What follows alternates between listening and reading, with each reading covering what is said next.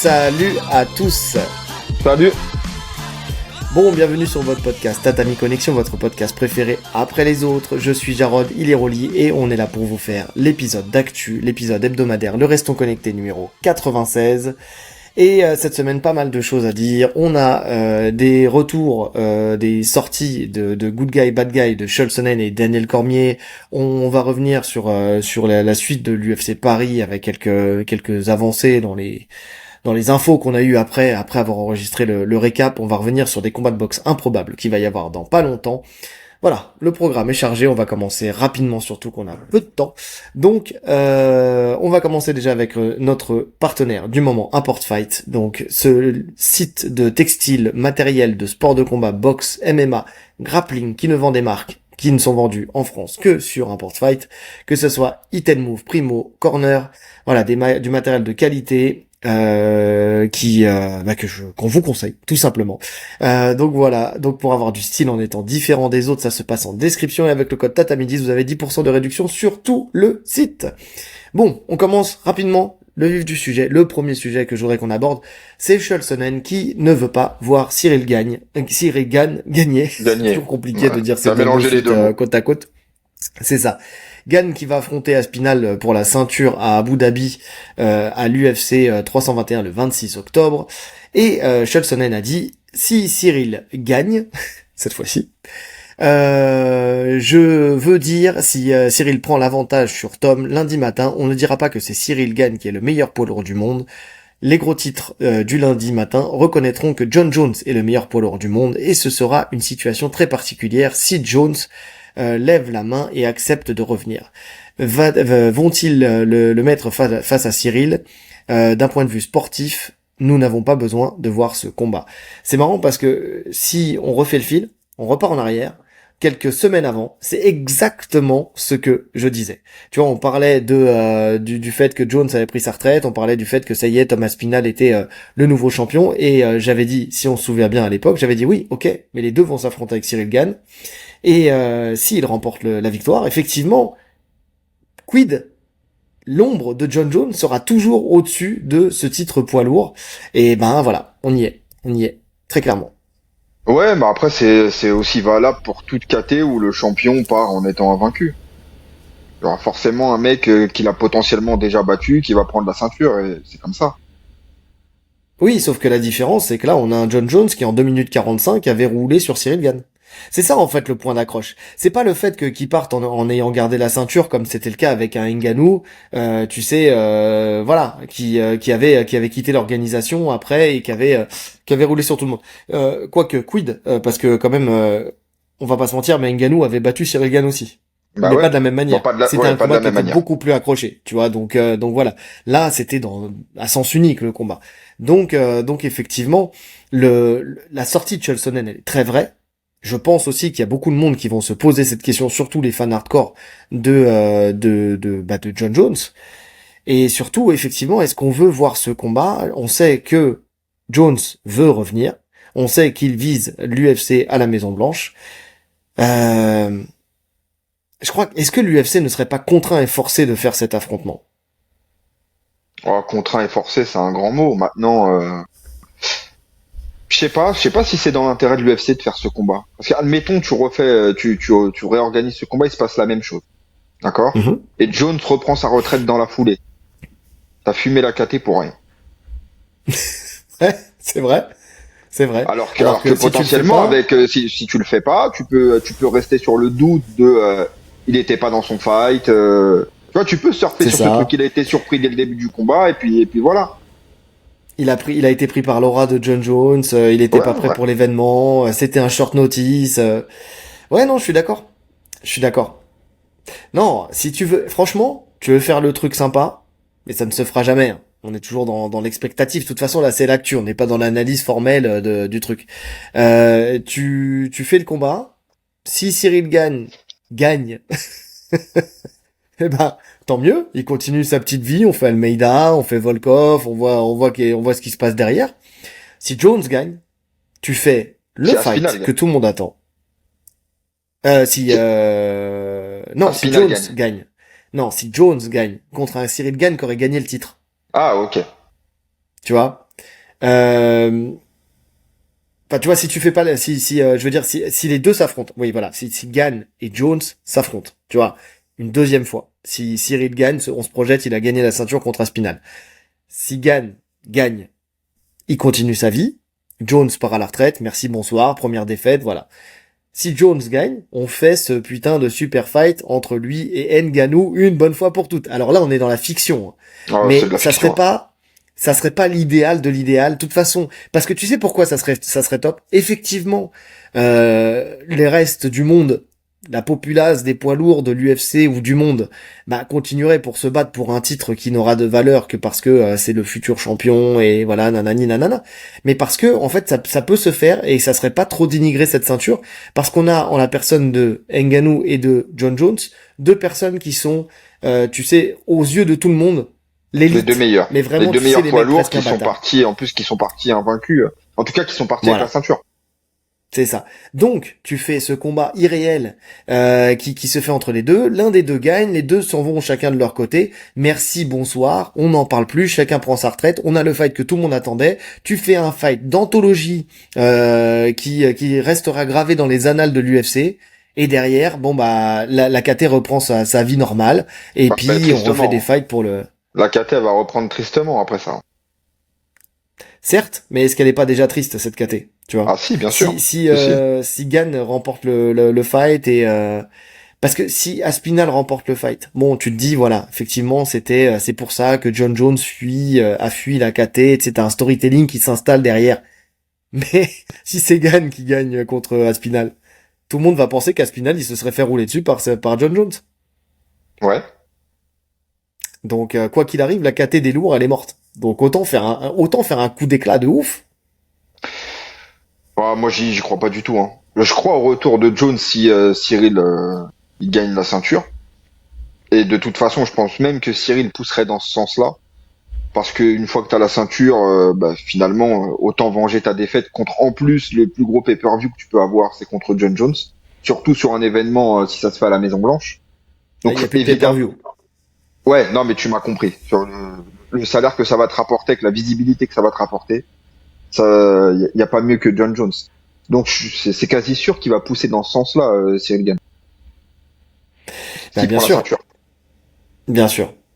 Mais ça serait extraordinaire de voir ce truc-là, tu vois, se mettre en place. Franchement, bon, après, voilà, comme on dit, tout dépend en fait de quoi demain est fait. Mais si tu signes les deux sur un one shot après par la suite, enfin, tu sais, un John Jones ou Ngannou sur un one shot, ce qui est possible, hein, tout est possible. T'es agent libre, tu peux faire un super fight. Il est pas agent libre, Ngannou encore. Il était agent libre. Non, non, non. Il y a son interview qui vient de sortir là sur la sueur, où Ouais. justement il parle de ça. Il parle du potentiel combat avec Jones. Il dit que c'est le combat qui l'intéresse. Il dit que d'ailleurs l'Arabie Saoudite est extrêmement intéressée pour organiser ce combat et qu'ils sont prêts à débourser beaucoup. Mais il a encore un contrat, il a encore un combat sur son contrat au PFL. Ah oui, donc il a un combat. Ouais, bon, Ouais, il il peut a un être combat. agent libre, en tout cas, il peut être agent libre à ce moment-là. D'ici quelques mois, ouais. Ouais, donc c'est pour ça. Ok, ouais, non, j'ai pas eu le temps encore d'écouter l'interview. J'ai juste D'ailleurs, sorti tout à l'heure une. lui donne son pronostic et il voit Cyril Gann battre Aspinall. Parce que Oui, bah justement. expérience de championnat, il dit que s'il arrive à le pousser après le troisième round, lui a connu déjà la dureté d'un quatrième et cinquième round, là où Aspinall, ça va être nouveau pour lui. Oui, ouais, ça par contre je l'ai lu et j'ai lu aussi ce que j'ai déclaré tout à l'heure que si les trois Aspinal, Jones et lui étaient dans une pièce, Ça éliminerait qui Jones. sortirait vainqueur et il disait que en fait Aspinal serait éliminé très rapidement, que ça se jouera entre lui et Jones. Il a pas dit qui serait le vainqueur, bien sûr, parce que je pense qu'il respecte aussi son potentiel adversaire d'un jour, mais en tout cas voilà, ça se jouerait entre les deux. Donc c'est pour ça, tu vois, dans l'inconscient de tout le monde, de toute façon, ça se joue entre les deux. C'est l'élite des poids lourds mondial, de presque all time. Donc voilà. Enfin, pour le coup, écoute, faudrait que l'UFC de temps en temps nous laisse l'opportunité de réaliser un petit rêve, tu vois, comme ça. Bah, tu sais qu'en plus le truc c'est que c'est tout de suite quoi. C'est pas un combat que tu peux voir dans 2 3 ans. Ça y est, Ngannou je crois qu'il a 39 ans. Jones il a quel âge? Pareil. 64 ans. Ouais, ils sont pas loin des 40 ans, si ce n'est 40, je sais plus exactement il a quel âge John Jones. Non, Mais en tout, Jones, il a 30, 37, 38, je crois 38. qu'il a un an, je crois qu'il a un an de moins que moi, le boug. Ouais, tu vois, si vraiment tu veux organiser ce combat et qu'il ait encore du sens, c'est là en fait. C'est cette année, voire début d'année prochaine max. Ouais. Ouais, non, c'est clair. C'est clair. Donc, pourquoi pas. Mais en tout cas, voilà, moi, j'ai envie par contre, de mettre Sonnen à contre-pied et de voir Cyril Gane gagner. Bien sûr, forcément, on veut un premier champion français. Il me tarde d'être le 26 octobre. J'aime beaucoup. Il y a une petite explication entre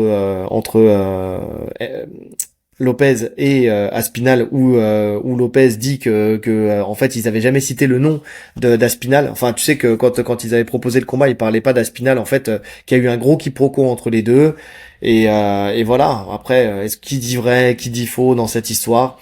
On le saura jamais. En tout cas, voilà, il y a une explication, il y a une poignée de main, un rapprochement. Est-ce que c'est pour mettre les choses au clair parce qu'il y a eu l'occasion?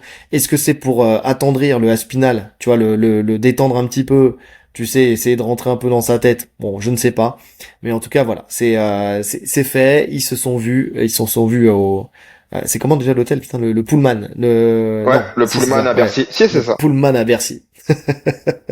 Donc voilà. Ce n'est pas le seul Scholzonen qui a fait cette petite prise de parole, sa petite prise de parole. Il y a aussi Daniel Cormier.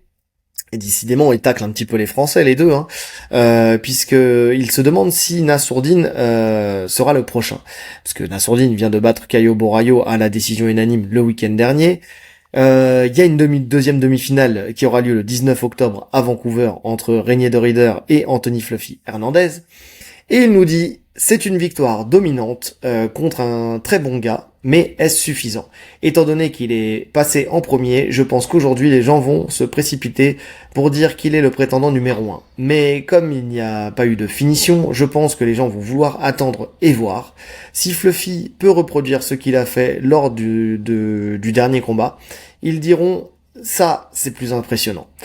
Ça semble plus dangereux que pour Hamza Chimaev. Je pense qu'il a été incroyable, mais je ne sais pas si ça l'a solidifié.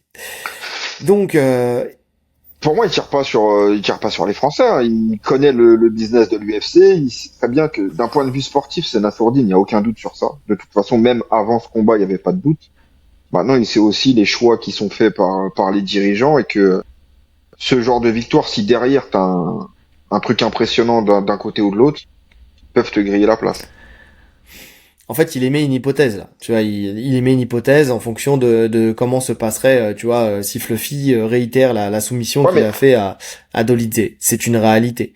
Maintenant, tu sais aussi que je me méfie toujours, tu sais, des prises de parole des personnes qui sont internes à l'UFC. Que ça soit Daniel Cormier, que ça soit Joe Rogan, que ça soit, tu sais, tous ces hum, mecs-là. Je me méfie parce que, tu sais, c'est des éléments de langage. Ils ont des médias, chacun de leur côté. On a Daniel Cormier qui a Good Guy, Bad Guy. On a Joe Rogan qui a The Joe Rogan Experience.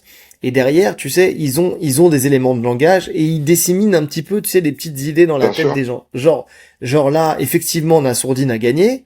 Mais en même temps, tu sais, par cette sortie médiatique, il nous rappelle que derrière, il y a une deuxième demi-finale. Au cas où vous l'auriez oublié, il y a une deuxième demi-finale. Non, mais Et après, c'est potentiellement, pas. tu vois, Oui, mais c'est pas une surprise. On le savait déjà à l'avance. Il fait que bien répéter sûr. ce qu'on disait avant le combat de la sourdine, et ce que même Dana White a dit de toute façon. Non mais je suis d'accord avec ça. Mais nous on le sait parce qu'on en parle tout le temps. Mais tu sais, il y a il y a la culture de l'instant. C'est-à-dire Dana White, il l'avait annoncé. Il y en a qui après, tu sais, ne s'en rappellent pas forcément. Tu sais, les gens qui regardent l'UFC un peu comme ça, tu vois, ils zappent un peu ces informations-là. Nous, c'est parce qu'on a la tête dans le guidon. Donc c'est pour ça. Le fait de faire des petites sorties médiatiques de cette manière, entre les deux combats, c'est histoire de rappeler, attention. Vous enflammez pas, parce que tu vois, il y en a beaucoup là, lui il a dit I am next, je suis le prochain, Dana, la communauté du MMA le voit en tant que prochain prétendant. C'est histoire de rappeler, attention, il y a une deuxième demi-finale. Et si jamais, en gros il nous dit, hein, si jamais c'est un peu plus ne serait-ce qu'un peu plus qu'une décision, il peut sauter. Quand on sait que Fluffy Hernandez est américain, en plus de ça, Bien sûr. tu Que vois, RDR est quand même une grosse hype hein, sur cette année. Il a pris de l'ampleur. Ouais, ouais. Et puis c'est vrai que quand tu regardes les styles, il y a tout quand même pour que ce soit une grosse guerre, hein, ce combat. Ouais. Ouais, ouais, et puis en plus, tu sais, on voit de plus en plus de prises de parole qui disent que Fluffy aurait potentiellement aussi un jeu plus adapté à celui de Ramzat Chimaev. Là, tu sais, on commence aussi à voir que des gens qui prennent la parole en disant Nassourdine, ok, excellent striker, mais le niveau de lutte n'est pas suffisant pour, tu sais, pour un Ramzat Chimaev. Et en plus de ça, il y a eu aussi, je sais plus où j'ai entendu ça, mais tu sais, le côté entertainment, tu vois, le fait que les deux ont déjà dit qu'entre Nassourdine et Chimaev, ça allait être vraiment dans le respect. Ils vont s'affronter, mais dans le respect. Donc il y aura pas une hype, tu sais, autour du combat d'un point de vue entertainment, qui pourrait y avoir potentiellement avec un RDR ou avec un Fluffy, tu vois. Si Ouais, tu mais prends le ça package c'est. complet, combattant américain, tu vois, contender américain, avec un style, si jamais Fluffy, par exemple, il fait une masterclass sur un RDR qui est réputé être un des meilleurs au sol, tu vois, donc qu'il arrive à le dominer dans le domaine. Donc ça donne une incertitude sur Shimaev. En plus de ça, un potentiel trash talk un peu plus grand, tu vois, parce que moins de respect entre les deux, le package il est complet, tu vois. Ouais, ouais, c'est sûr. Maintenant, je pense que Shimaev, il s'autosuffit à lui-même niveau marketing. En fait, mettre Shimaev contre n'importe qui, je pense pas qu'il y ait une grosse différence sur le public qui va venir. Les gens viennent le voir lui au final. Donc, peu importe qui l'affronte, qu'il y ait du trash talk ou pas, je pense que ça suffit. Et c'est devenu une assez grande star pour ça. Donc, l'excuse de l'entertainment, c'est une disquette. D'autant plus qu'il n'y a plus de pay-per-view, comme tu le disais. Ouais, ouais, non, c'est vrai qu'il y a plus de si, il y aura encore du pay-per-view là. Non, il y aura plus de non, non, je dis une bêtise. Non, non, excuse-moi, je voyais le combat avant la fin de l'année. Enfin, il y a des pay-per-view jusqu'à la fin de l'année. Non, c'est parce que je confonds avec Ouais, ouais, justement avec avec celui-là. Fluffy ouais, contre ouais. RDR. Ouais. C'est ça. Donc ouais, jusqu'à la fin de l'année, il y a des pay-per-view. C'est après à partir de janvier où là il y en aura plus. Ouais, ouais, non, mais je sais. Mais bon, il y a quand même pas mal d'éléments, tu sais, qui fait que la pièce pourrait tomber du côté Fluffy ou RDR plutôt que Ouais, du bah de côté toute Nassourdine. façon, l'UFC il prépare le terrain dans ce sens-là, hein. Ils veulent être prêts à toute occasion, tu vois. Ils se préparent à tout. C'est ça. C'est pour ça. Effectivement, Daniel Cormier ne manque pas de respect à Nassourdine. De toute façon, ça serait compliqué de le faire, honnêtement. Mais il y a quand même ce truc où Moi, oui, il rappelle quand même il rappelle ce qui peut se passer, ce qui peut arriver, tu vois. moi, je reste persuadé que l'élément qui va faire que ça va pencher d'un côté ou de l'autre, ça reste Shimaev. Ça va être Shimaev et qui il va appeler parce qu'il a son mot à dire. Et je suis sûr que si demain il dit je veux affronter Nassourdine, je veux lui donner sa chance, Nassour il passe devant. Peu importe ce qui se passe dans RDR, Fluffy. Peut-être, je sais pas, à voir. De toute façon, on n'a plus qu'à attendre quelques semaines et on va vite être fixé. On enchaîne. Désolé les amis, j'enchaîne vite, mais c'est parce que le temps, si vous voulez un épisode où on voit tous les sujets, on est obligé d'enchaîner. Brandon Allen qui répond à l'envie de Caio Borraio de rester actif. Donc il a dit salut les mecs. À chaque fois que je vois. Bref, c'est pas grave, c'est mes refs à moi. Salut les mecs. Soirée difficile hier. Ça c'est Caio Borraio qui parle, mais on avance toujours. Merci à tous et on passe au prochain combat. Je veux être plus actif maintenant. Que pensez-vous d'un combat au Madison Square Garden en novembre ou à la T-Mobile Arena en décembre? Moi, je suis chaud, allons-y.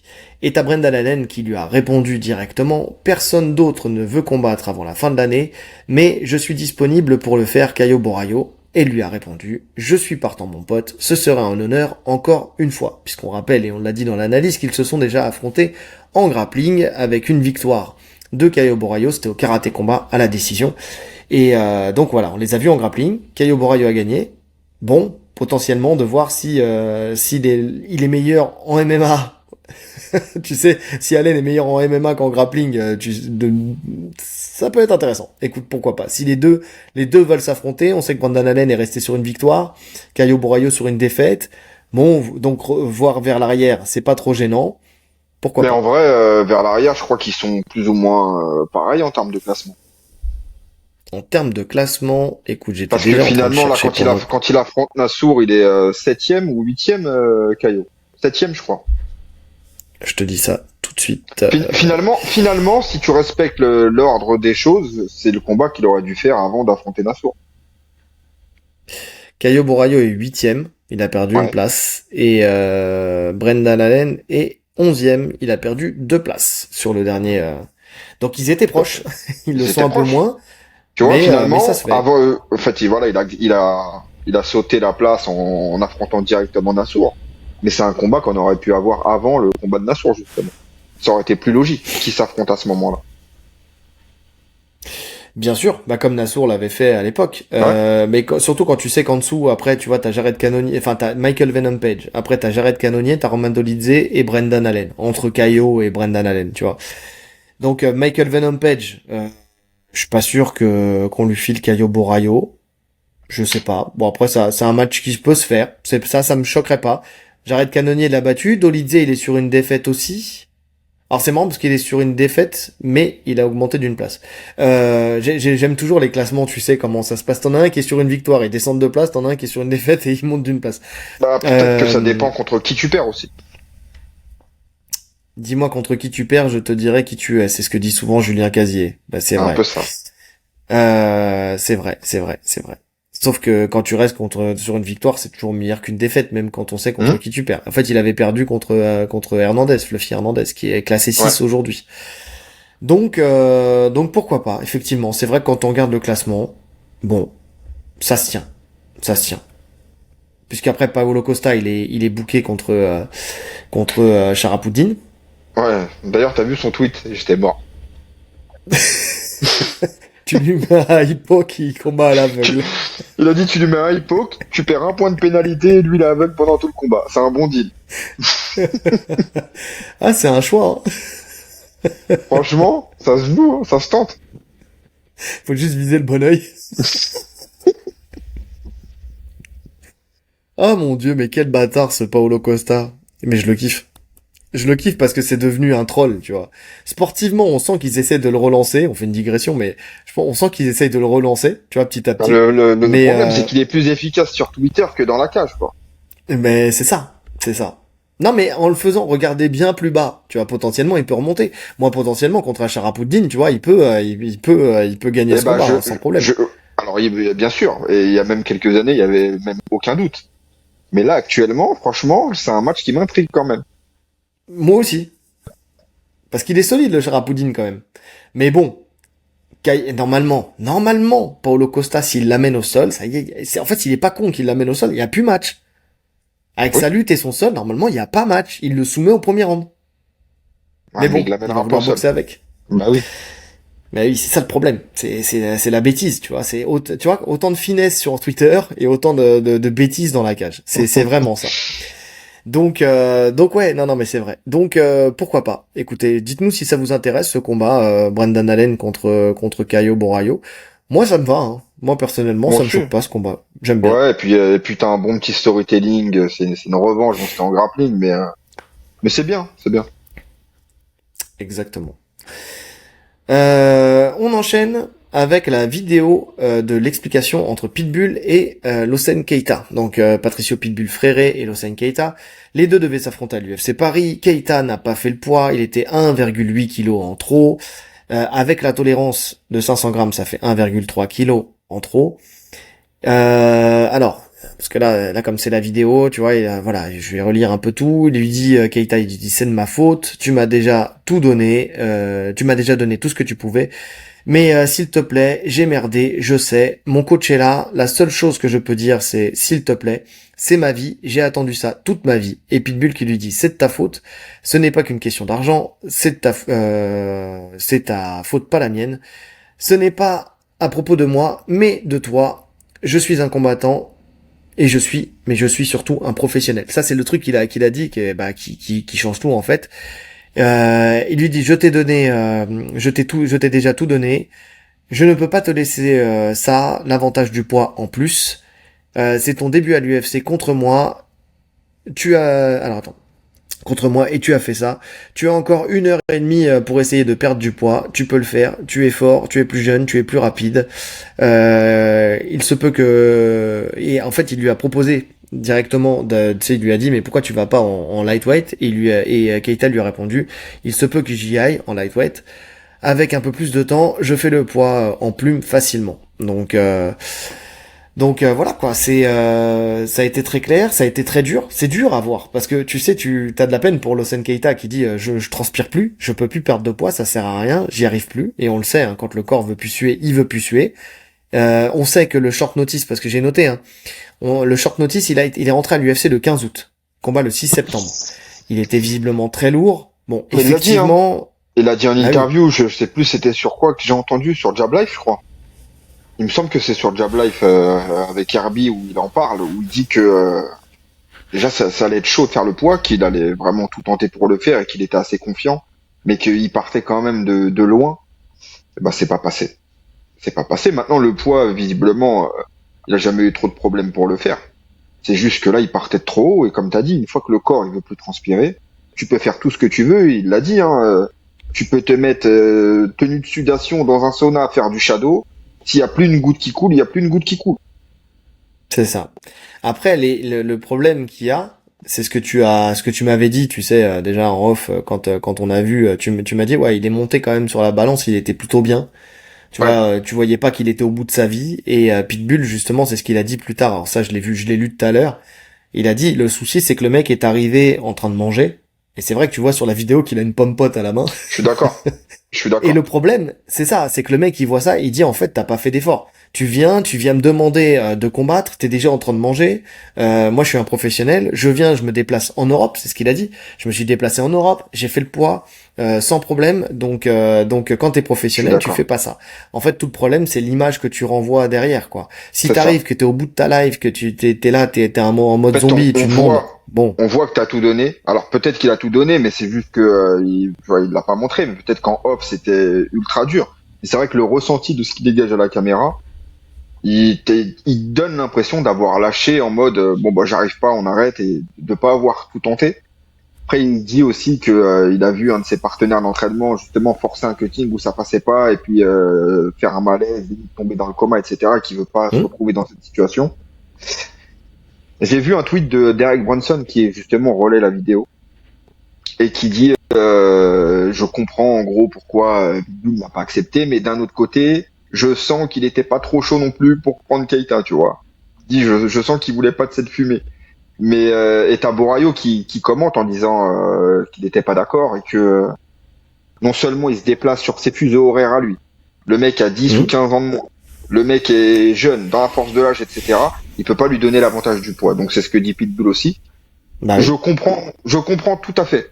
Je comprends tout à fait. Et d'un autre côté, je suis aussi content que Keita n'ait pas été cuté de l'UFC. Parce que ça aurait été vraiment dommage. Donc moi j'aimerais bien qu'il reboucle ce combat finalement. Alors Si il y c'est a une possible, qu'il reboucle ce opportunité. combat.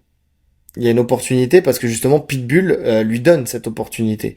C'est parfait. Lui, il voudrait combattre à Rio, il l'a dit, contre Brendan Allen, mais il ne ferme pas la porte à Keita. Il a dit s'il est toujours en Contre contrat avec l'UFC, Brendan Allen, il va prendre du poids. Arnold Allen.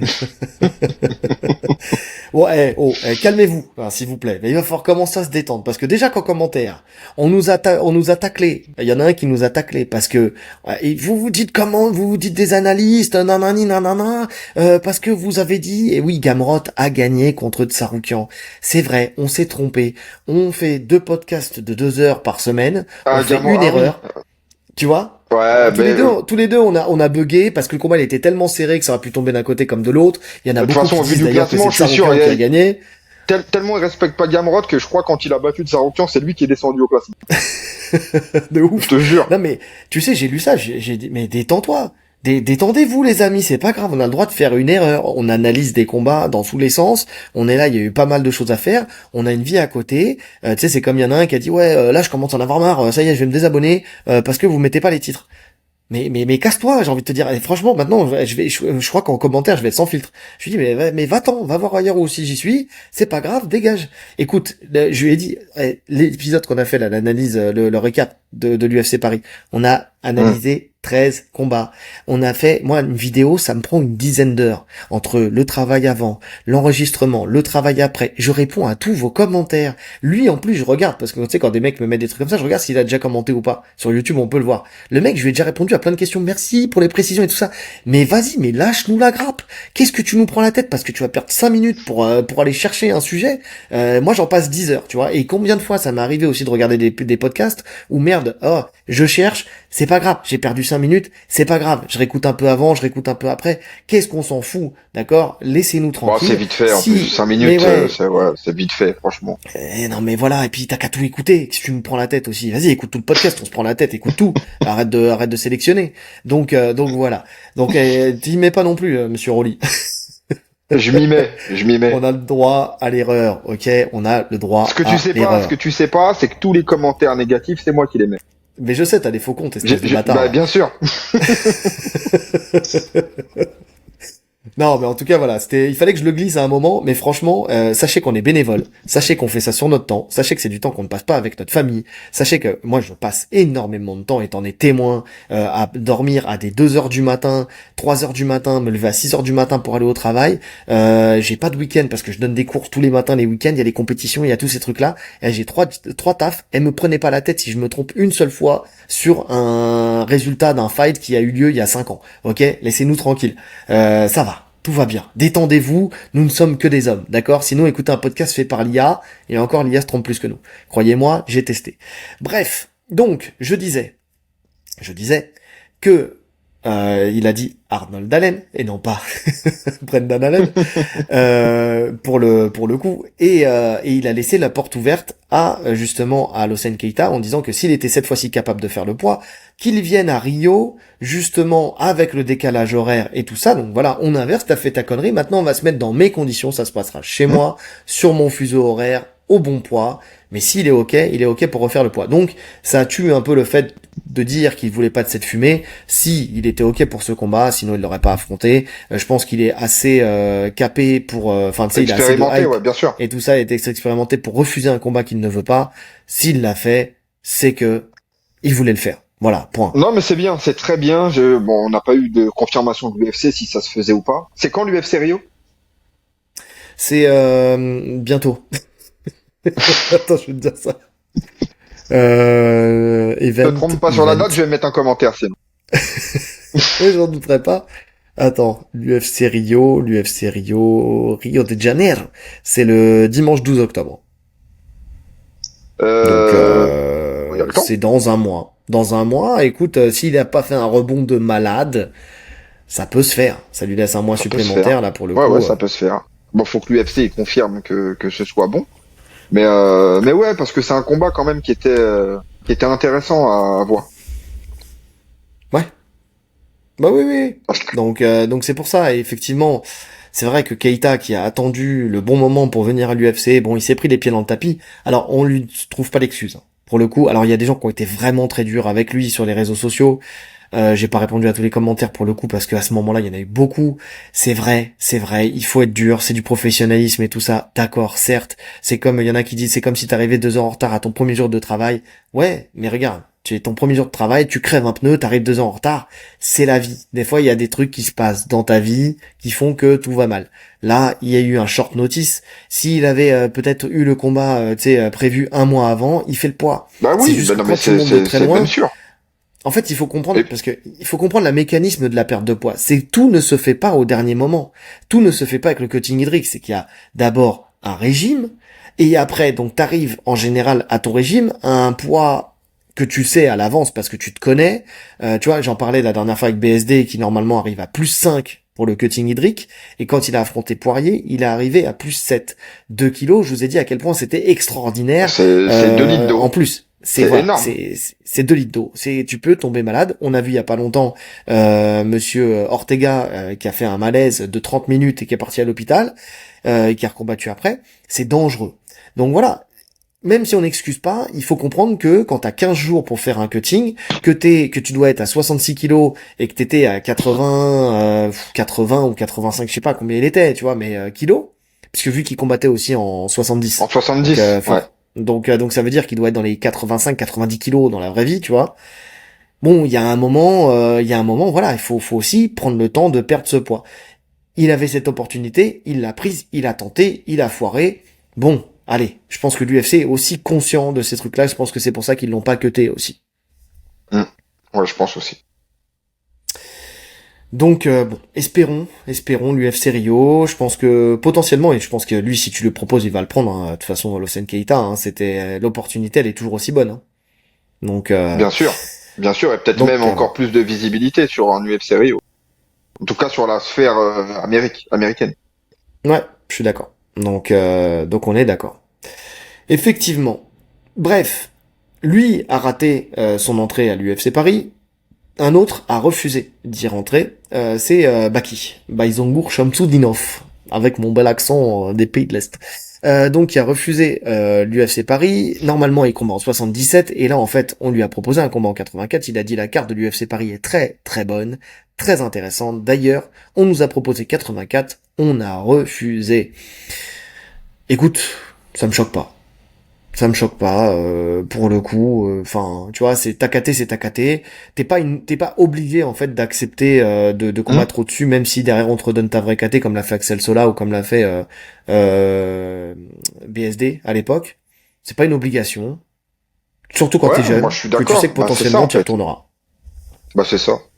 C'est exactement ça. Il est jeune, il sait qu'il a un gros buzz.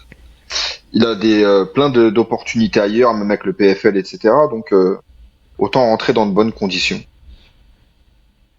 Ouais, ouais, et puis voilà. Enfin, tu sais, il a encore des fights à faire, tu vois, au Ouais. PFL. Il a encore, je pense que la revanche contre Doumbé lui tient à cœur. Tu vois, je pense qu'il la veut vraiment cette revanche. Je pense qu'il a il a des choses à faire, que ça soit encore à Arès, il doit défendre sa ceinture là. Je pense il a aussi des combats au PFL qu'il a envie de faire. Je pense qu'il veut prendre son temps. Je pense que financièrement en plus, il s'en sort pas si mal que ça et que il veut prendre aussi des sous parce qu'il sait que s'il rentre trop tôt à l'UFC, bah il aura le salaire flat à 12 plus 12. Donc bon, parce que je pense pas que tu vois un Baki il lui fasse un pont d'or, tu sais, pour rentrer à l'UFC. Je pense qu'il va rentrer vraiment au minimum du minimum. Donc Bah, peut-être pas au minimum du minimum quand même, je sais pas. Mais en tout cas, je sais il pas. fera pas les salaires qu'il peut faire au PFL. Il va pas négocier un salaire à la Lawson Keita. Ah, Non, non, il prendra pas, je sais pas moi. Allez, même si on lui donne un peu plus, je pense qu'il rentre pas à plus de 20 plus 20. Je pense pas. je sais Je pense pas. pas parce que tu sais, j'ai des échos des salaires des combattants qui ont passé beaucoup plus de temps à l'UFC, des combattants qui étaient déjà beaucoup plus capés que lui, parce que lui finalement, Baki il vient juste d'avoir une ceinture au Ares, hein, il avait pas de ceinture avant. C'est sa première défense de titre. Donc effectivement, il y a une hype autour de lui, mais il y a une hype qui est surtout européenne, même plus particulièrement française. Je sais pas vraiment si Baki il est suivi à l'international comme nous on le connaît, tu vois. Ouais, c'est vrai. C'est vrai. Dans tous les cas, je comprends son refus. Et il y aura d'autres opportunités de toute façon. Ça c'est sûr, c'est sûr. Parce qu'effectivement c'est un personnage. C'est un personnage qui sait se vendre. Donc il y a pas de problème, il y a pas de problème là-dessus. Et je pense que même avec un peu plus de maturité, Ça encore, sera mieux. parce qu'il est encore très Hmm. jeune, je pense que ça fera encore plus le taf. Donc il a raison. Il a raison de pas se lancer là-dedans tout de suite. Ouais, faut pas prendre tout. Tu sais, regarde, il y a plein d'exemples de gens qui ont tardé, qui ont laissé un peu les choses venir et qui finalement ont fait une bien meilleure carrière que des gens qui sont arrivés trop vite dans l'organisation. Tu vois, c'est un but en soi, mais il faut Hmm. pas que le but Bien soit sûr. aussi rapide que ça. Donc, euh, Ouais, je suis d'accord. donc voilà. On enchaîne avec Bisping. On va finir avec cette UFC Paris, je crois. Oui, on finit avec cette UFC Paris. Avec Bisping et Paris. Je l'ai titré, je te l'ai dit. Une histoire d'amour. C'est vraiment entre les deux, c'est une histoire d'amour. Bisping, il vit sa meilleure vie quand il est à Paris. Et je pense que de toute personne qui vient, je pense que c'est notre meilleur ambassadeur. Pour le coup, je pense sincèrement que c'est notre meilleur ambassadeur. Il a dit, bon, l'UFC Paris vient de se terminer et je vous le dis, c'était peut-être la meilleure soirée UFC, que ce soit Fight Night ou Pay-Per-View de tous les temps. Ça peut paraître exagéré, ça peut sembler être de la surexcitation du moment ou du favoritisme européen de Bisping, mais non. Je l'ai dit en direct et je le répète maintenant, si vous êtes fan de l'UFC et que vous n'avez jamais assisté à un événement à Paris, vous devez absolument le faire. Visiblement, il a quand même oublié qu'il a couru après un pickpocket l'année dernière qui avait volé le sac de sa meuf. Bon, mais Mais il ça aime c'est toujours rien, c'est la pas. routine ça. C'est Exactement. la routine. Ouais, bah écoute, ça confirme de toute façon, et puis ça s'entendait derrière l'écran, hein. Et pour y avoir été sur les éditions, une édition précédente, c'est vrai que l'ambiance elle est incroyable. Maintenant, j'ai pas de point de comparaison avec les autres UFC puisque j'ai fait que celui-là, mais c'est vrai que l'ambiance elle est incroyable. Tu sais, là où je De vois que toute l'ambiance elle est façon, incroyable. tu sais, quand tous les combattants qui ont combattu partout, tous les coachs qui ont fait tous les UFC te disent que c'est la meilleure ambiance, qu'ils ont jamais ressenti ça, tu peux que les croire de toute façon. Mais je suis d'accord. D'ailleurs, tu le vois, tu sais là où tu vois que c'est la meilleure ambiance parce que tu le vois dans le non-verbal. Quand t'as les interviews, justement sans trucage, et que tu vois que tu sais en général les intervieweurs, que ce soit Bisping, que ce soit Joe Rogan, tu vois ils interviewent et puis c'est entre têtes. Ils ont l'habitude d'avoir du bruit autour, d'avoir le public qui crie, qui hurle et tout ça.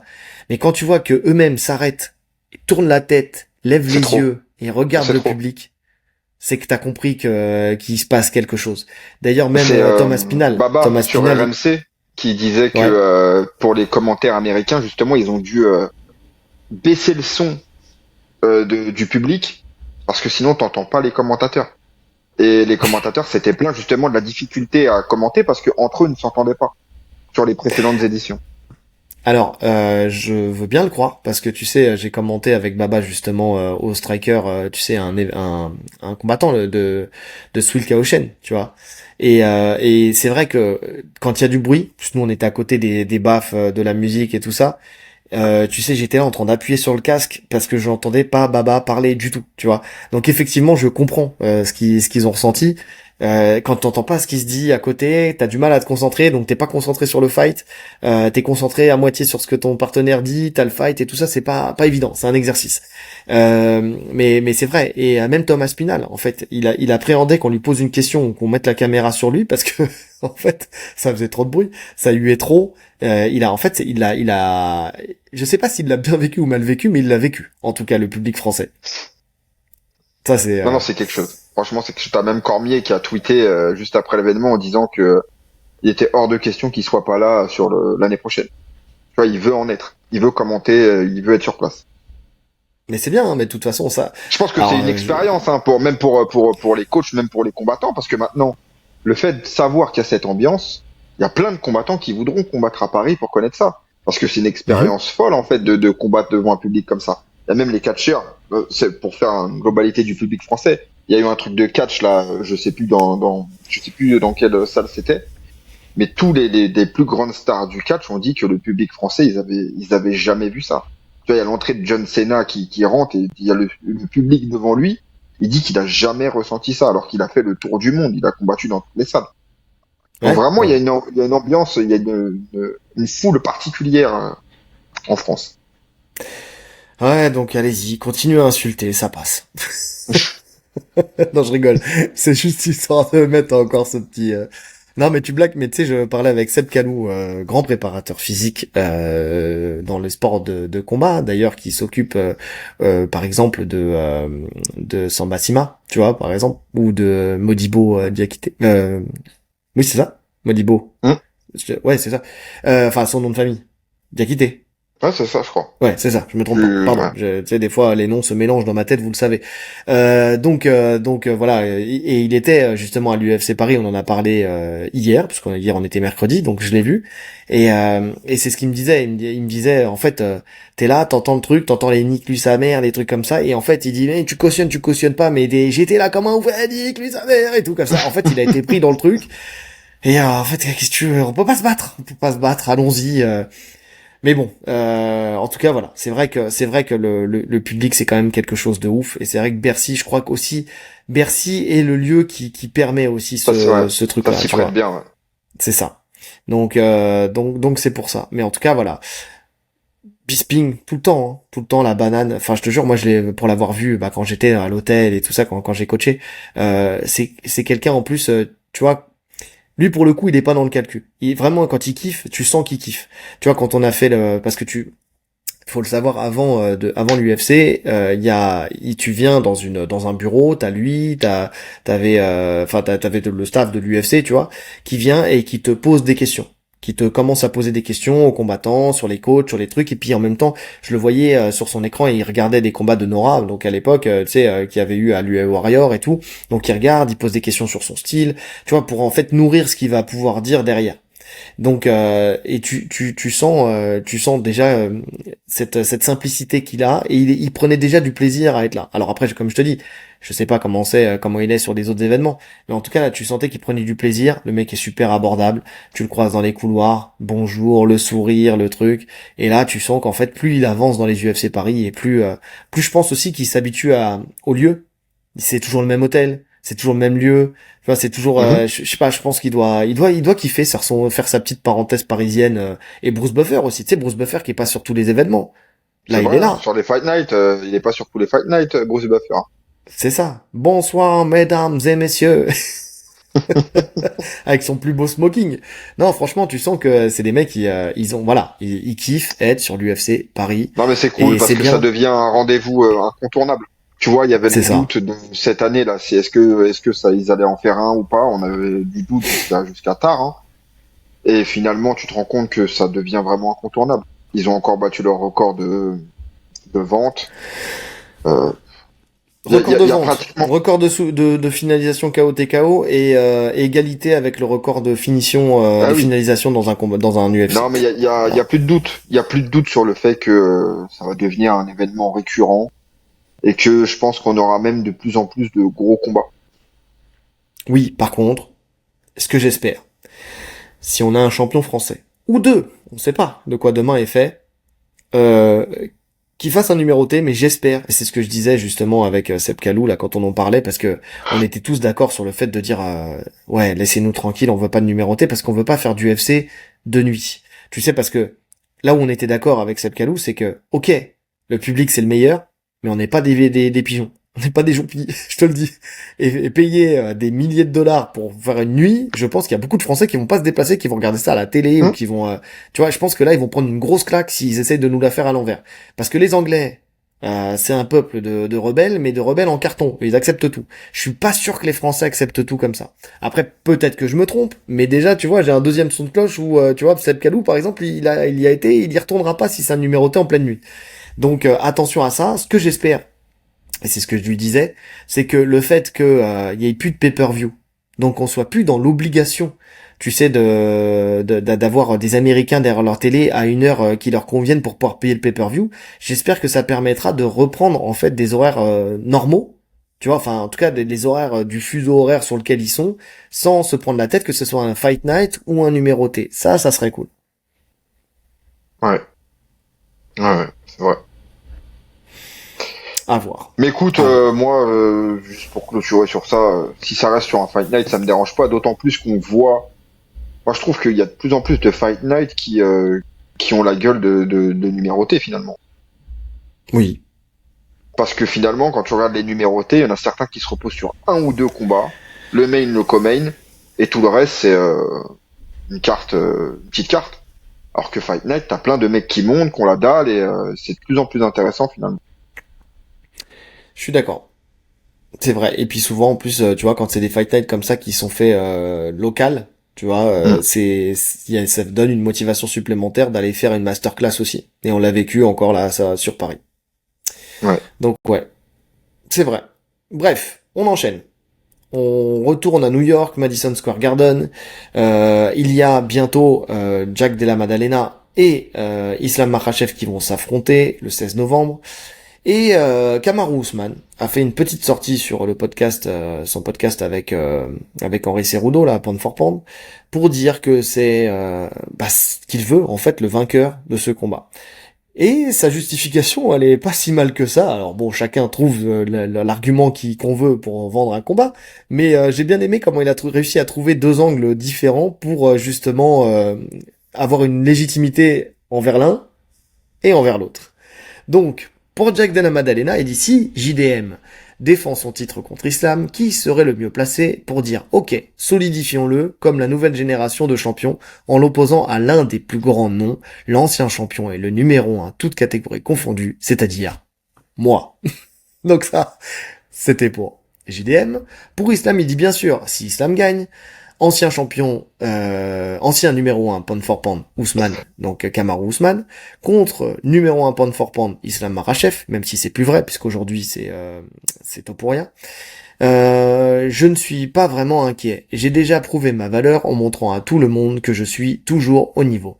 Il voulait savoir si j'étais toujours ce gars, il voulait, au pluriel, hein, savoir si j'étais toujours ce gars, capable de rivaliser avec les meilleurs. Je l'ai prouvé, donc je n'ai aucune inquiétude. Qu'est-ce qu'on pense de l'éventualité de ce combat? Tu sais, Kamaru Ousmane qui prendrait le vainqueur de cet affrontement. Je suis partagé. Moi, j'aime bien. Alors, le combat en lui-même, j'aime bien. Maintenant, est-ce Voilà. que le combat, ça me va, hein. Si tu fais cette opposition, je vais kiffer. Et d'un sens comme de l'autre, hein. S'il prend JDM ou s'il prend Islam. Maintenant, Mhm. est-ce que Bad Buckley te donne l'opportunité d'aller au titre tout de suite? C'est juste ça, en termes de légitimité. Alors, La légitimité. il surfe sur le fait d'être l'ancien champion dominant, ce qui peut Mhm. s'entendre, mais de toute façon, c'est logique qu'il surfe sur ça. Maintenant, il y a quand même beaucoup de prétendants à la ceinture dans cette KT. Des mecs qui ont gravi les échelons petit à petit et moi, je trouve ça un peu rageant à chaque fois de se faire griller la place parce qu'il y a un mec qui a plus de popularité, on va dire. Donc, écoute, ce sera pas un scandale non plus s'il passe. Maintenant, c'est pas forcément le mec que je vais voir passer devant tout le monde. Je voudrais Je un suis autre d'accord. combat. Alors, pour vraiment déterminer, je voudrais un autre combat.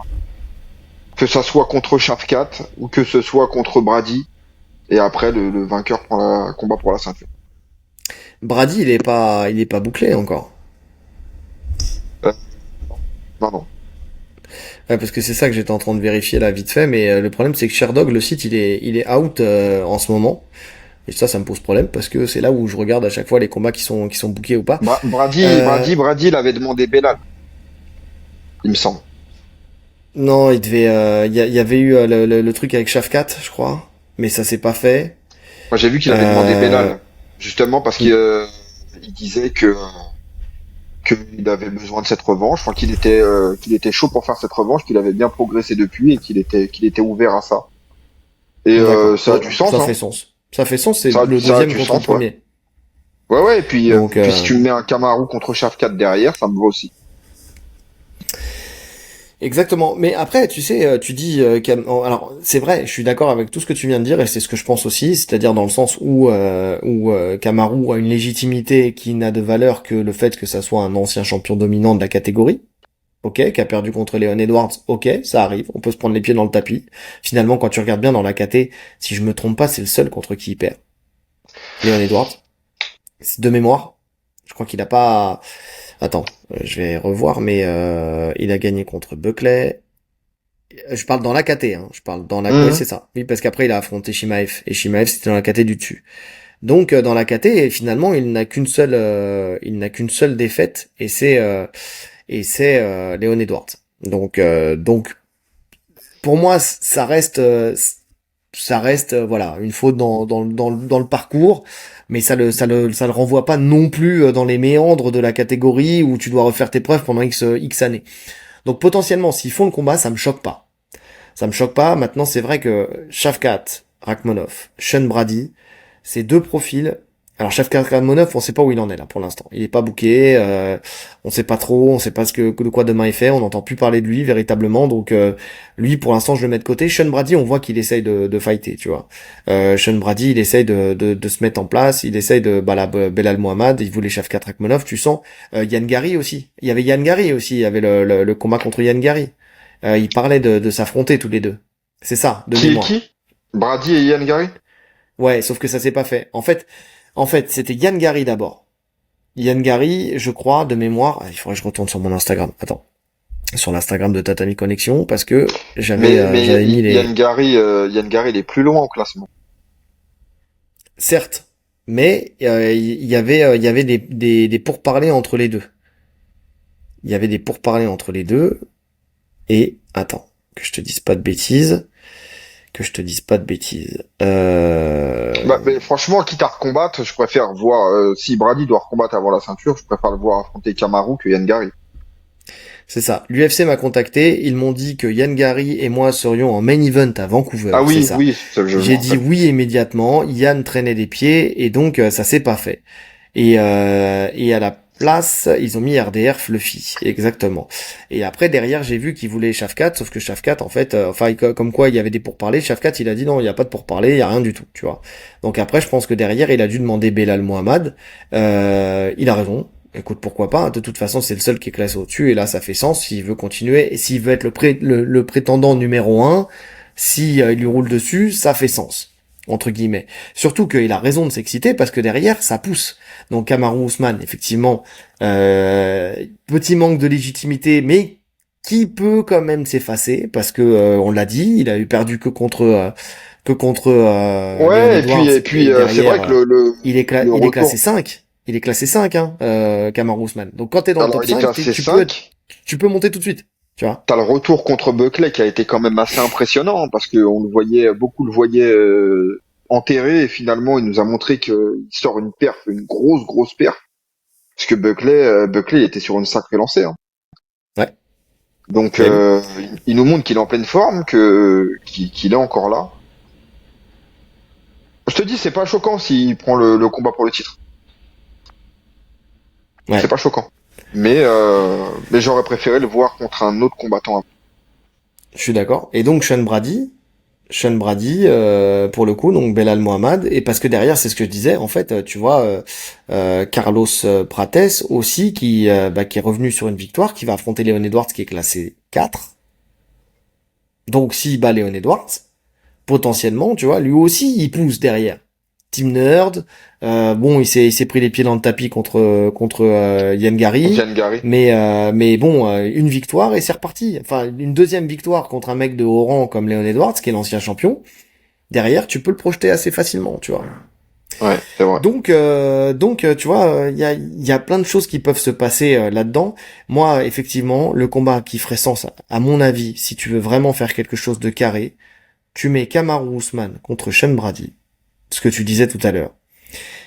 À peu près en même temps que donc juste après par exemple le Madison Square Garden, enfin tu sais donc fin d'année, début d'année, pour que le prochain soit le prétendant au titre. Maintenant, il y a toujours la problématique de est-ce que Shimaev descend? Est-ce que Topuria monte? Est-ce que, tu vois, il y a beaucoup de est-ce que, en fait, dans cette KT. En fait, dans les KT aux alentours, tu vois. Donc, en fait, pour l'instant, on n'a aucune certitude de ce qui va se passer Ouais, mais pour la tu peux suite au pas prendre en titre. compte. Tu peux pas prendre en compte ça. C'est des éléments trop aléatoires. Mais si on veut garder une logique sportive, ouais, c'est ça. Tu mets Kamaru Brady, ça me va. Parce que Kamaru Shafkat est, Brady. euh, parce que Shafkat est plus ou moins out. En tout cas, on sait pas parce que sinon Shafkat est dans la discussion. Mais comme là, c'est vrai on sait pas s'il est blessé, on sait pas. Il est un peu hors circuit, j'ai l'impression là. C'est pour ça que je le mentionne. Moi, mon combat bonbon, celui que j'aimerais voir, personnellement, c'est Shavkat Rakhmonov contre Sean Brady. Ça, c'est le Ouais. combat. Je veux le voir. Ben tu De vois, tous les ben, en combats fait, là, hors ceinture, c'est le combat que je veux plus voir. tu vois des quatre combattants qui sont devant. Tu peux faire peu importe l'opposition, ça a du sens. Tu peux faire Brady Shafkat et Belal contre Kamaru. Ça aussi, c'est pas Ah, mal. ça aussi. Bon, on l'a déjà dit, hein, de toute façon. Là, on est Ouais, en train ouais. de faire de la redite parce qu'on l'a déjà dit sur un précédent podcast. Mais oui. Non, c'est vrai que j'adorerais voir ça. Ouais. Ouais, non, c'est plutôt cool, hein. Il y a de quoi faire. Il y a vraiment de quoi faire. Mais en tout cas, ouais. Ce que j'ai C'est aimé, ouf c'est parce l'angle que qu'a pris Kamaru Usman. ouais, mais il a raison, il sort sur ça. Mais ce qui est ouf, c'est qu'une KT, quand il y a personne, bah ça tourne en rond. Et quand il y a trop de monde, bah ça tourne en rond aussi, mais dans un autre sens, tu vois. Finalement, il y a tellement d'opportunités à faire qu'il y a plein de combats que tu verras pas parce que tu sais pas qui envoyer à la ceinture. Ils sont tous trop, en fait, ils sont tous légitimes à combattre pour la ceinture. Donc comment tu justifies qui va passer devant l'autre? Je suis d'accord. Attends, je vérifie juste un truc. Pour moi, le moins légitime, c'est Shavkat Rakhmonov. Pour moi aussi. parce que de tous, c'est celui qui a le moins prouvé entre guillemets. Parce que Belal, il a été champion, il peut recombattre pour la ceinture. Kamaru Usman, champion dominant, il peut recombattre pour la ceinture.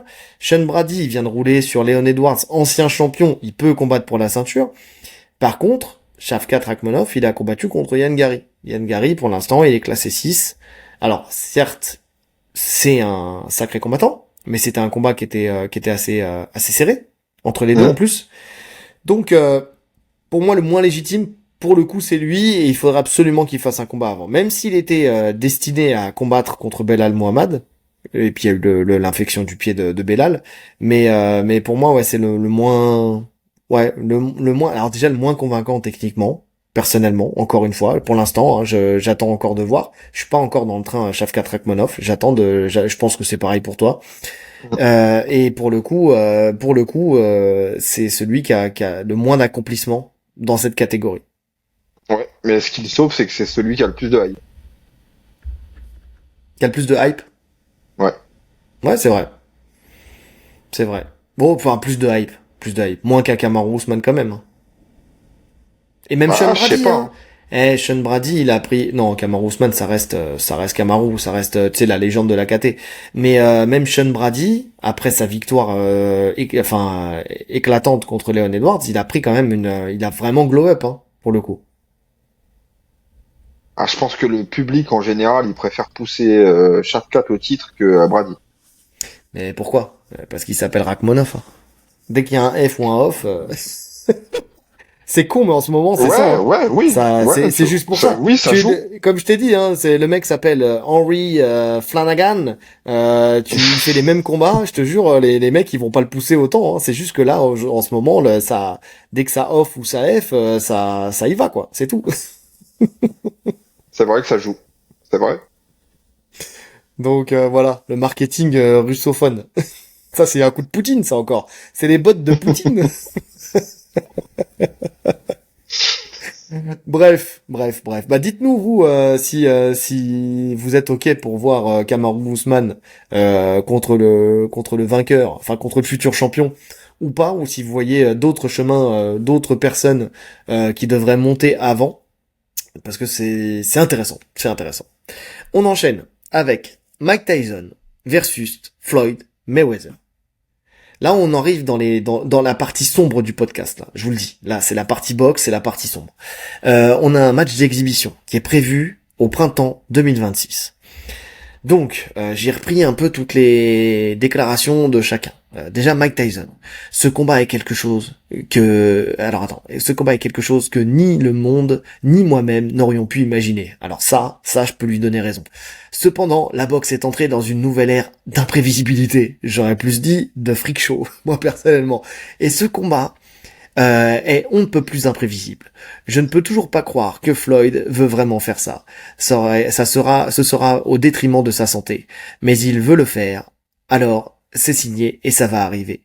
Je fais ça depuis 30 ans et aucun boxeur n'a jamais réussi à tenir mon héritage. Vous savez déjà que si je me lance dans quelque chose, ce sera quelque chose d'énorme et de légendaire. Je suis le meilleur dans le monde de la boxe. Ce combat d'exhibition donnera aux fans ce qu'ils veulent. Floyd Mayweather, lui, a dit, je suis sûr que je serais aussi énervé si j'étais, quelqu'un d'autre. Je serais aussi en colère contre Mayweather. Donc lui, déjà, il est lucide. Il dit, franchement, je comprends pourquoi vous me faites la gueule. Il n'y a pas de problème là-dessus. Mais, derrière, il dit, à en croire ses paroles, Floyd Mayweather n'est, attends. Non, c'est pas ça. Là, j'étais en train de lire le truc qu'il y avait entre les deux. Je niquerai pendant 29 ou 30 ans. Si je continuais à gagner autant d'argent, je serais toujours aussi en colère. Vous savez, les gens ne parlent que des gagnants. J'en suis un, alors continuez à être là et à parler. Vous voyez, je m'ennuie à mourir. Donc, le truc, c'est qu'il le dit ouvertement. Il se fait chier. Il a plus d'argent. Et ben voilà, il va s'occuper et gagner de Il a l'argent. plus d'argent. Il a plus d'argent, c'est un grand mot. Non mais tu vois, plus autant que... Enfin, tu sais, on sait très bien que Floyd Mayweather, c'est un milliardaire qui a toujours dépensé tout son argent et qui avait besoin de combattre pour justement combler ses dépenses. Parce que visiblement, il a des dépenses de ouf, lui. Hein. Enfin, tu sais, il a un train de vie, c'est extraordinaire. Il va combattre jusqu'à Ouais, bien 112 sûr, ans à mais ce bon, rythme-là. c'est quand même un milliardaire, donc à partir de là, Je sais Claquer un pas s'il est milliard, faut y toujours aller quand milliardaire, même. hein. Je sais pas s'il est toujours milliardaire. Bon, dans Attends. tous les cas, non, mais de toute façon, Mayweather, il sait très bien que peu importe le combat qu'il va faire, peu importe l'exhibition qu'il va faire, il prend au moins 200 millions par apparition. Donc il aurait tort de s'en priver. C'est juste un combat de millionnaires en fait. Les mecs, ils font leur argent, tout le monde va regarder. Il y a pas, au final, il n'y a pas énormément de choses à dire sur ce combat. Ah, y a pas, ouais, y a pas énormément de choses à dire sur ce combat. Alors, 560 millions de dollars. Il est plus milliardaire. Tu vois, comme quoi il arrive à claquer du fric quand même. Il va vite la récupérer. Non, il y a pas beaucoup de choses à dire sur ce combat, sauf que, tu sais, entre Gervonta Davis contre Jack Paul, entre là le retraité Mike Tyson qui combat le retraité Floyd Mayweather. Encore une fois, c'est deux catés diamétralement opposés. Tu vois, tous ces trucs-là, en fait, le truc c'est que en fait, j'ai l'impression qu'on va de plus en plus loin dans la bêtise. Tu vois, la boxe Mais en fait, c'est très paradoxal. Attends, j'allais au bout. C'est très paradoxal parce que la boxe, en ce moment, est dans un renouveau où on a les fights qu'on attendait, où il y a des gens qui étaient pas censés s'affronter, mais je veux dire à des très hauts niveaux, qui finissent par s'affronter. Donc ça redonne de l'envie de regarder de la boxe. Et à la fois, alors ça aussi, ça donne de l'envie de regarder de la boxe sur un autre aspect, mais d'un point de vue plus malaisant. Tu vois ce que je veux dire? C'est plus de la curiosité malsaine que de savoir, enfin d'un intérêt sportif. La boxe, elle il est n'y en a train de se aucun intérêt perdre. sportif. Mais oui, et elle est en train de se perdre d'un point de vue noble art, en fait. Tu vois? Alors sur Le ça, on est côté d'accord. smart Elle est en de la train de. boxe. Ouais, ouais, oui, c'est vrai. Ben, elle est en train de devenir à l'image de la société en fait. Tu vois, pour moi, la boxe anglaise, je la mets. Je pense que je la mets dans le sport le plus dur du monde. En tout cas, dans les sports de combat. C'est vraiment un sport très très dur, la boxe anglaise. Mm. Et faire un combat d'anglais, c'est horrible. Et puis quand t'as ces grands champions qui se voient l'opportunité de faire les mêmes sommes, voire le double, voire le triple, pour des combats contre des influenceurs, mais pourquoi me prendre la tête en fait? Alors ils prennent la voie de la facilité, hein. Ouais, Certes, et ils le feront pas tous, parce qu'il y en a qui ont encore ce truc de je combats vraiment pour être le meilleur. Mais il y a plein de combattants qui vont choisir cette voie-là de pourquoi me prendre la tête à risquer ma vie sur le ring quand je peux faire un combat tranquille, m'assurer des millions. non mais je comprends. Je comprends quand c'est dans ce sens-là, tu vois, un boxeur qui va combattre un influenceur. Mais quand t'as deux légendes de la boxe qui s'affrontent C'est dans un freak ouais, show mais comme c'est ça, pareil. bah c'est pareil, oui et non. C'est-à-dire que tu vois que Mike Tyson combatte Jack Paul sur un combat d'exhibition, allez, que Mayweather combatte et encore ça franchement ça m'a fait de la peine ce combat-là, Mayweather contre Logan Paul à l'époque parce que le combat il était dégueulasse en plus. Il était Mais dégueulasse. moi, Il y ça a me choque moins le Mayweather Tyson. Hein. Ça me choque moins parce que tu vois, c'est vraiment, c'est deux légendes de la boxe déjà, des vraies légendes de la ouais, boxe, qui vont faire une sorte de sparring amical filmé, puisque je le vois comme ça. Hein. Ce sera pas autre chose. Hein. Ça sera pas autre chose. ouais. Ils vont se partager leurs 500 millions chacun, et puis tout le monde sera content. Et puis ils vont réunir des fans de diverses générations qui vont regarder ça, qui vont kiffer. Je le vois pas comme un fight du tout. Ouais, alors ça c'est vrai, mais c'est parce qu'en fait c'est tout autour ce qui gravite autour de ces fights là. C'est-à-dire que ok bon là tu fais tu sais si c'est alors là où je suis d'accord avec toi c'est que tu vois quand je vois ça, en fait finalement c'est vrai que ça a toujours été comme ça. Tu sais parce que là tu sais l'image que j'ai en tête là quand je vois ces trucs là, je vois Rocky contre Hulk Hogan, Ouais. tu vois. En Non, fait mais même, finalement c'est vrai que même dans la vraie vie. Tu vois, dans la vraie vie, t'as eu Mohamed Ali qui a affronté Antonio contre Inoki. Inoki, ouais, exactement. Exactement. Non, mais c'est vrai, en fait, quand tu te rends compte, ça a toujours fait partie de la boxe. Non, c'est vrai. C'est vrai qu'on oublie, c'est en parlant avec toi, là, où ça m'a popé dans la tête. Effectivement, c'est vrai qu'il y a toujours eu ce genre de choses. Il y a Non, toujours eu ce genre de je te choses. dis, vraiment, les trucs où ça me dérange, c'est les combats avec les influenceurs qui arrivent à affronter des champions, des vrais champions, juste parce que c'est des influenceurs et que ça va leur apporter de l'argent. Là, ça me dérange. Ça me dérange parce que finalement, ils prennent la place d'autres boxeurs et que il y avait mieux à faire pour les boxeurs en étant actifs. Tu vois, le combat Gervonta contre Jake Paul, ça me dérange plus. Là, on a deux retraités qui sont là finalement pour faire un spectacle. C'est un spectacle pour leurs fans. Je le vois comme ça en tout cas. Ouais, bah c'est une exhibition, hein, de toute façon, effectivement. Effectivement. Ouais, ouais. Et ce Ouais, mais combat-là, bon, je vais jeter un œil. Tu vois, je vais le une- regarder avec plaisir, bien voir ce que ça sûr. donne. Mais t'as dit aussi que t'allais regarder Gervonta, hein. Ouais, parce que Gervonta, je pense qu'il va l'éteindre. Et c'est ce que j'attends depuis longtemps. Ah, je sais pas, quand même, hein. Je sais pas, faut voir. Enfin, sûrement, ouais, je sais pas.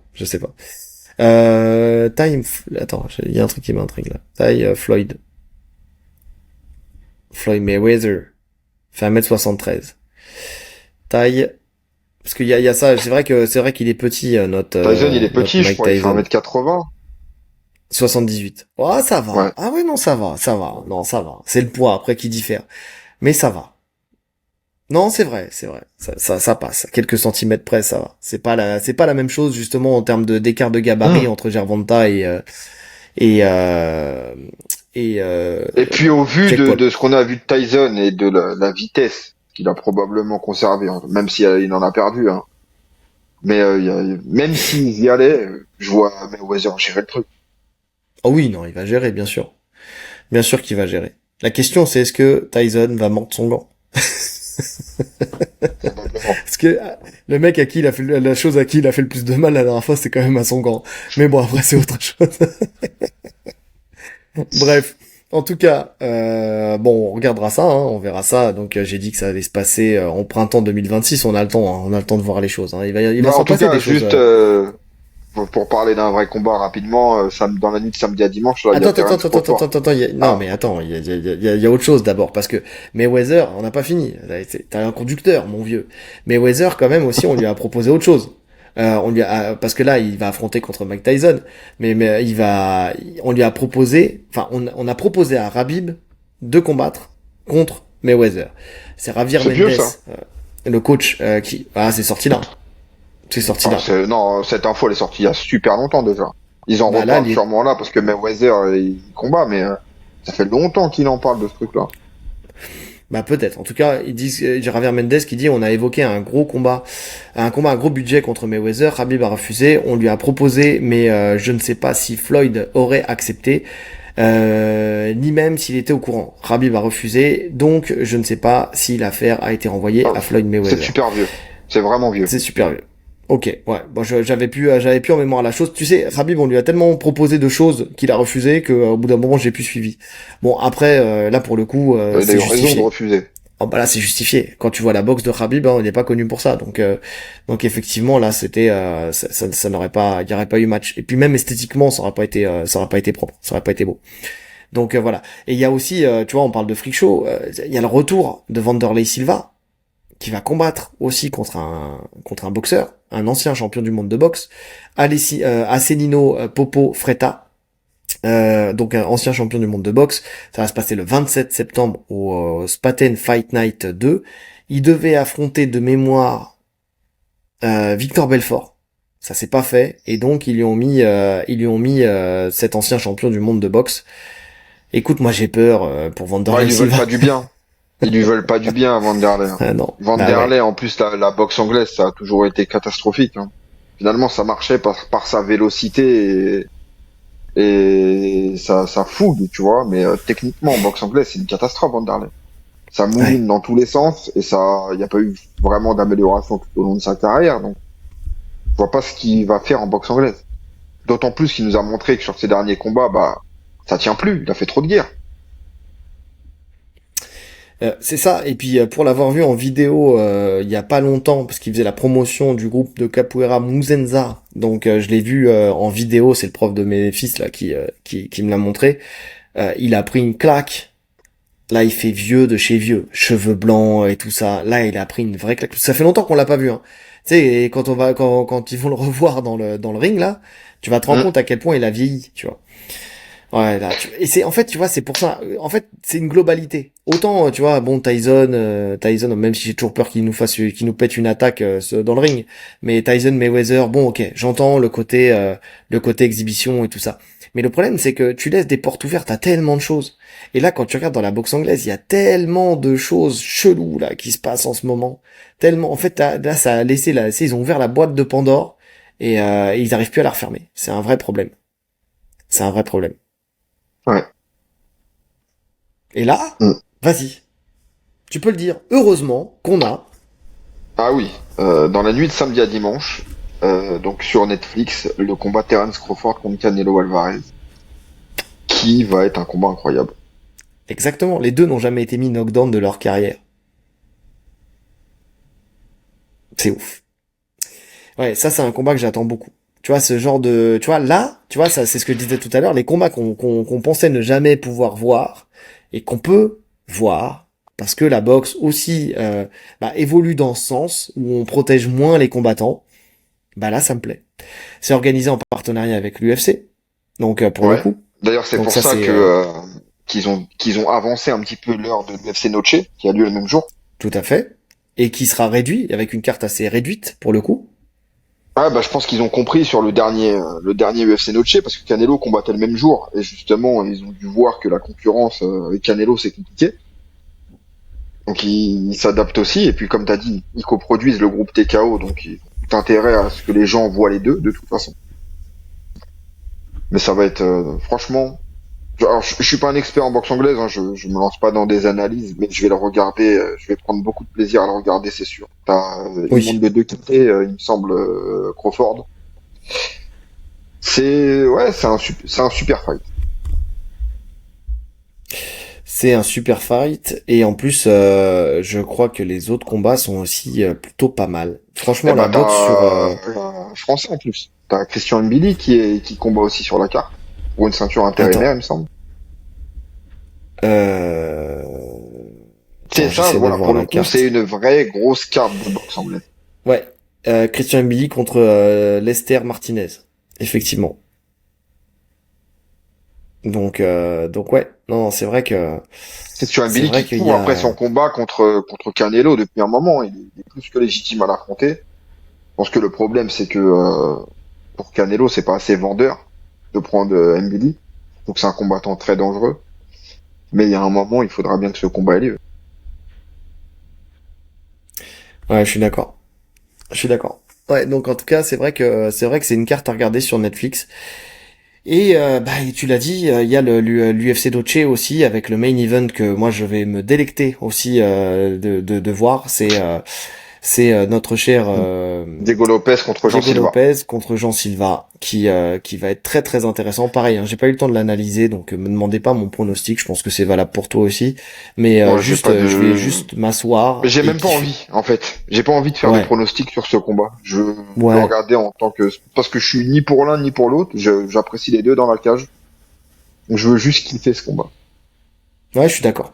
Moi c'est pareil. J'ai juste envie pour une fois d'être un spectateur lambda, de pas prendre de notes, juste Parce tu que je vois suis, d'être concentré sur mon fight, d'être posé dans mon canapé t'as vu, et juste de kiffer. le fait de faire un pronostic, des fois, ça fausse mon regard de fan. Je prends pas autant de plaisir à regarder parce que j'essaye de voir si ça colle avec ce qu'on a dit, etc. Alors que là, je me déconnecte, je m'assois et je vais juste kiffer. Voilà, exactement. Là, ça va être une soirée off, juste une soirée de bagarre où on va juste prendre du plaisir. Je suis d'accord. Je suis d'accord avec toi. Donc voilà. Écoute, je pense qu'on a fait le tour des actus, en tout cas de ce que j'ai vu, donc c'est plutôt intéressant. On arrive bientôt à l'épisode 100. Hein. On arrive bientôt à Ouais. l'épisode 100. On y est presque. On y est presque. Donc messieurs, dames, parce qu'on sait qu'il y a des filles qui nous regardent aussi, n'hésitez pas à liker, à commenter, à partager, à cliquer sur la cloche des notifications pour ne rien rater, les 5 étoiles dans toutes les plateformes de podcast, le lien Tipeee en description si le cœur vous en dit, le lien vers un porte-fight avec le code promo Tatami10 pour avoir 10% de tout sur tout le site. Les haters, continuez de hater, on s'en fout de toute façon. Et si vous voulez partir, partez. On s'en fout. Et en attendant, nous, on vous souhaite une bonne journée. Ou une bonne soirée. En fonction de l'heure à laquelle vous nous écoutez. Allez, salut. Salut!